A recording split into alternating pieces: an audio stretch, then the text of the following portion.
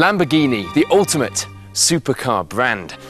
Known for their big brash hypercars, think V12 engines, Lambo doors, Murcielago, Countach, Diablo. The fact that Christian Bale's Batman had an Aventador tells you just about everything you need to know about the extreme appeal of this brand. But there comes a time in any company where you have to widen the appeal in order to make money.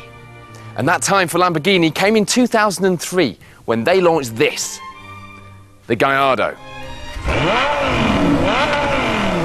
No V12 engine, no Lambo doors, no wild styling, comparatively speaking, of course. It looked like the supercar had come down to earth, so much so that its German influence was closer to the surface than ever. Thankfully, though, they stopped short of putting an Audi badge on it. Vorsprung Dirk, no. Just no. On the outside, clinical German styling. On the inside, exotica replaced with function. There's even switchgear from an R8 in there. And completing the picture is a 5.2-litre V10. Lamborghini had built a practical, everyday supercar. Thankfully, though, it's not that practical.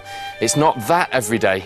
And it's retained just a little bit of the outrage that we love about a Lambo.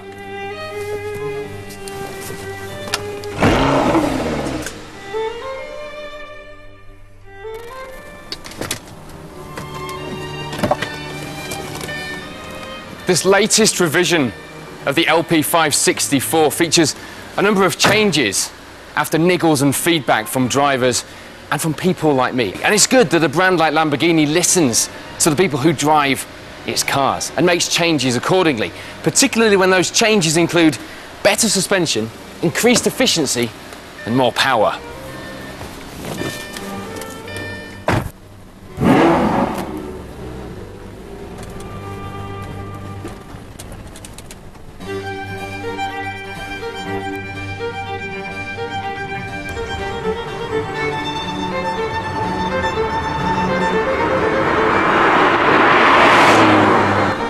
Ironically, for a supercar at least, one of these revisions was a flap on the exhaust to reduce noise. For the first time, as a Lamborghini driver, you could decide whether to set off car alarms as you drove past instead of doing it indiscriminately. Tell you what though, put it in sport mode. Car alarms are the least of your worries. You're more likely to, I don't know, break windscreens or something.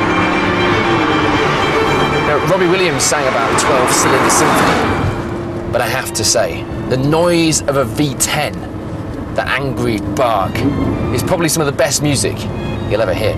And as we're going with the music analogies, I think driving to work every day with this car in sport mode will be like listening to your favourite song on repeat, only you wouldn't get bored of this. Now, 560 brake horsepower in this Lamborghini is almost matched with torque, 540 pounds-foot. That's 0 to 60 in 4 seconds. It's a top speed of over 200 miles an hour. It's also lower emissions by 18%. And all without a turbo. Just saying.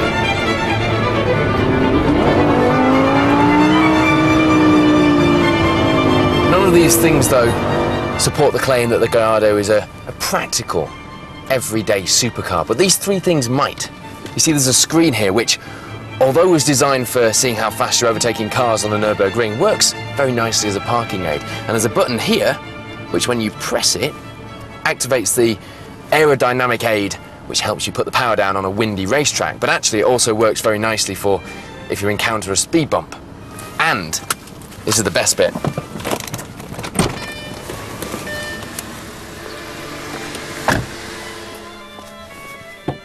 You can actually fit a toaster in the luggage compartment. Although if what you can fit in the storage compartment of a supercar is the first thing on your mind, may I suggest you buy yourself a Toyota Picnic and make some changes in your life pretty quickly. So the Lamborghini Gallardo is not exactly practical, but it is quite restrained for a Lamborghini. I have to be honest and say that I can't think of a car that I would more like to drive every day. Actually, I can. The Batman one. Yeah, that'd be good.